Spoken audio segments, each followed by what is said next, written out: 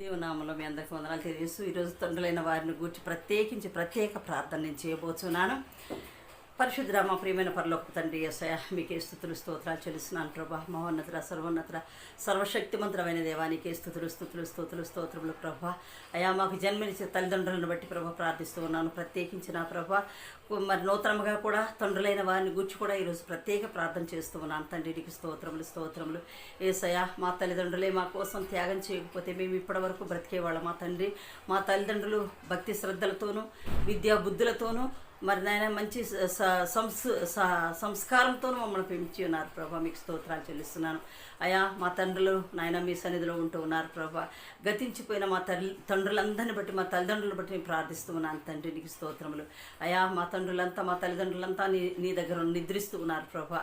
నాయన మరి ఈ లోకంలో ఉన్నటువంటి నాయన తల్లిదండ్రులను బట్టి ప్రత్యేకించి ప్రార్థిస్తున్నాను.